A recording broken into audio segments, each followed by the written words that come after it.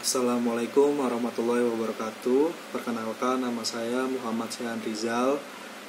Saya dari kelas A2 Ilmu Komunikasi dengan NIM 200211045. Di sini saya akan membahas ulang dari topik 4, yaitu tentang etika profesi.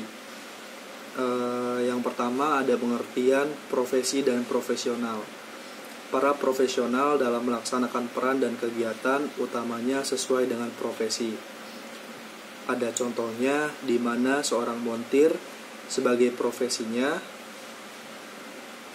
yang bekerja sangat profesional, di mana montir sebagai profesi dan profesional sebagai keahlian di bidang montir tersebut.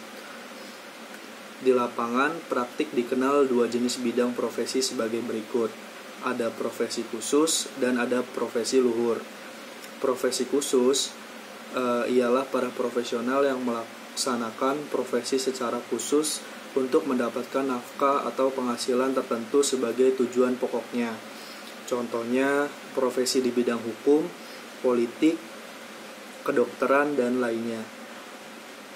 Lalu ada profesi luhur, ialah profesional yang melaksanakan profesinya tidak lagi untuk mendapatkan nafkah sebagai tujuan utamanya, tetapi sudah menjadi dedikasi atau jiwa atau pengabdiannya semata-mata, misalnya seorang tokoh agama, tokoh budaya, pendidikan, dan lainnya. Lalu yang ke B ada ciri-ciri profesi. Yang pertama memiliki skill, yang kedua memiliki kode etik, yang ketiga memiliki tanggung jawab profesi, yang keempat memiliki jiwa pengabdian, yang kelima otonomisasi organisasi profesional, dan yang keenam menjadi anggota salah satu organisasi. Prinsip-prinsip etika profesional. Seorang profesional dapat membedakan secara etis mana yang dapat dilakukan dan mana yang tidak dapat dilakukan sesuai dengan pedoman kode profesi yang disandang oleh yang bersangkutan. Khususnya profesional humas atau PR memiliki kualifikasi kemampuan tertentu sebagai berikut. Yang pertama, kemampuan untuk kesadaran etis. Yang kedua, kemampuan untuk berpikir secara etis. Yang ketiga, kemampuan berperilaku secara etis. Dan yang keempat, kemampuan untuk kepemimpinan secara etis. Menurut ajaran tradisional atau adat istiadat budaya Jawa terdiri dari 3 prinsip utama kepemimpinan, yaitu pemimpin sebagai panutan, memberikan semangat dan dorongan seperti berikut. Ada Ingarso Sung Tulodo, pemimpin yang ada di depan mampu menjadi panutan bagi bawahan. Lalu yang kedua ada Ingmadia Mangun Karsa, pemimpin yang berada di tengah mampu membangkitkan semangat kepada orang lain.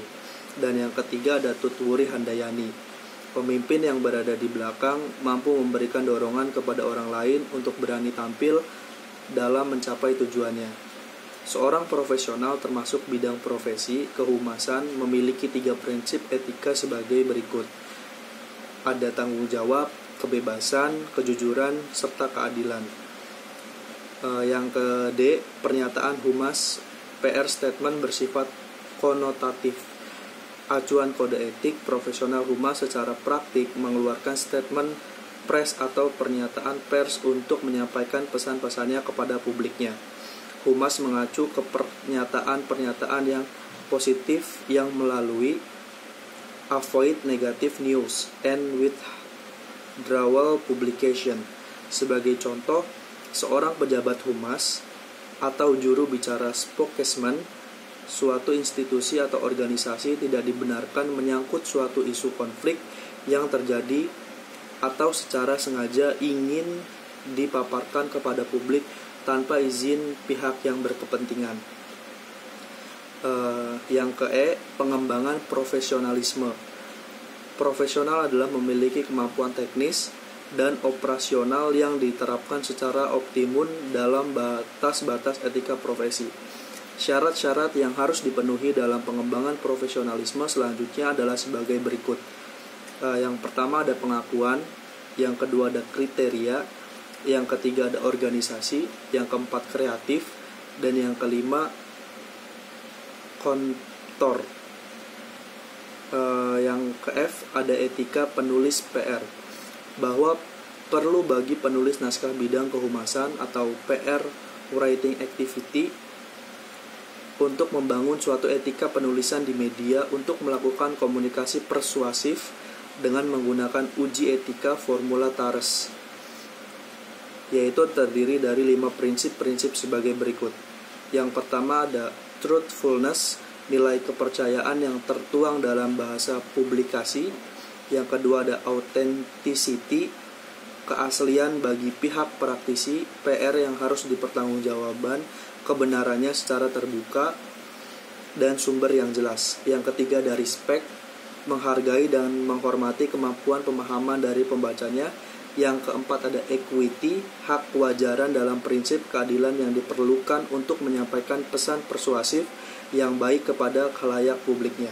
Dan yang terakhir, yang kelima ada social responsibility, yaitu ketika menyampaikan pesan persuasifnya dan mencapai suatu tujuan secara objektif yang sekaligus merupakan bagian dari kode etik profesional public relation dengan memiliki rasa tanggung jawab sosialnya terhadap kepentingan untuk meningkatkan pendidikan, pengetahuan bermanfaat, dan kemampuan khalayak publiknya.